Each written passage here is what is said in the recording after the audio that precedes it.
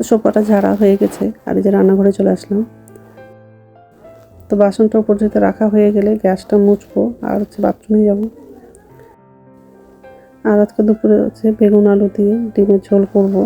আর ফ্রিজে তরকারি আছে, পালং শাক বেগুনের তরকারি করেছিলাম, সেই তরকারিটা আছে, ওই জন্য শুধু ডিমের তরকারিটাই করব। তো যাই হোক, গ্যাসটা মোছা হয়ে গেলে বাথরুমে যাব, বাথরুম থেকে এসে তারপরে রান্নাটা করব।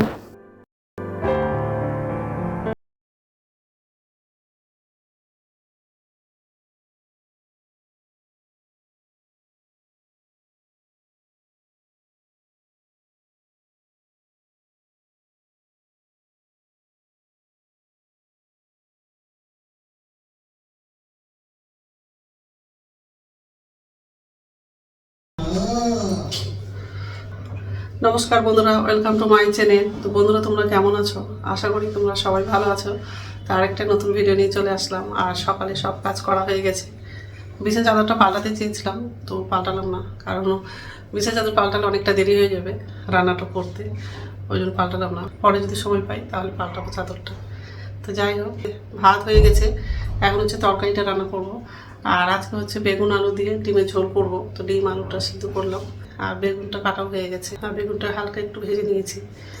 আর এই যে কড়াইয়ে তেল লাগালাম, বেগুনটা ভাজলাম, ডিম আলুটা ছিললাম, পেঁয়াজ, তো এইসবে রান্না করবো আজকে।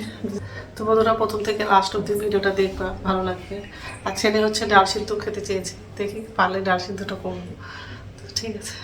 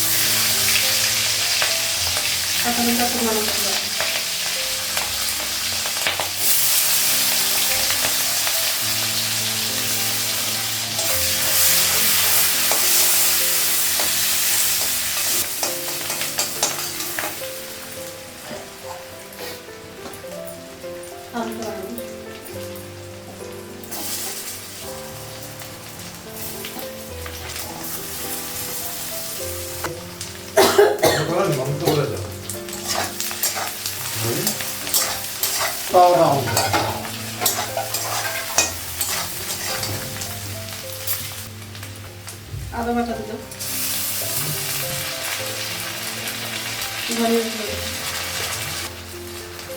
লবণ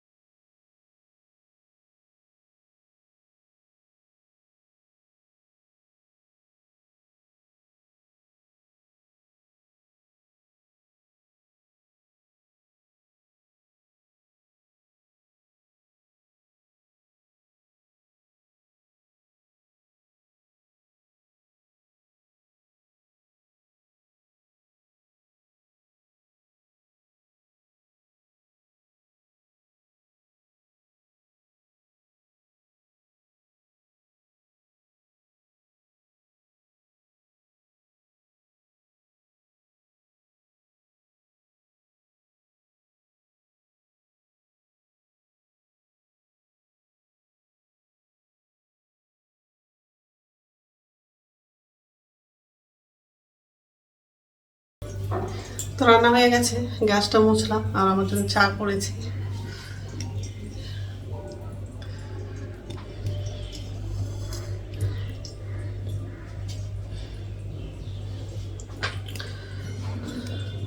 খাবারটা ঢাকা দেবো আর চাটা খেয়ে তারপর স্নান করতে যাবো। আর গ্যাসে হচ্ছে দুধ বসিয়েছি গরম করার জন্য। আর এই যে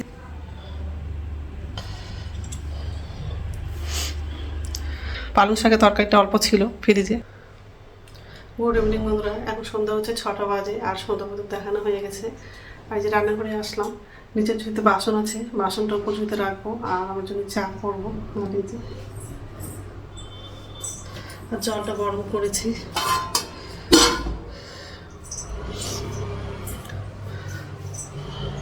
ঠিক আছে, তো বাসনটা পর্যন্ত রাখা হয়ে গেছে আর আমার জন্য চা করলাম, গ্রিন টি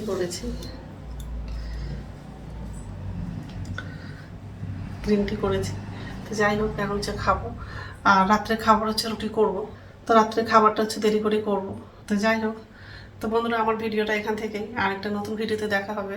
আমার ভিডিওটা যদি ভালো লাগে লাইক করবা, কমেন্ট করবা, সাবস্ক্রাইব করবা। তো বন্ধুরা গুড নাইট।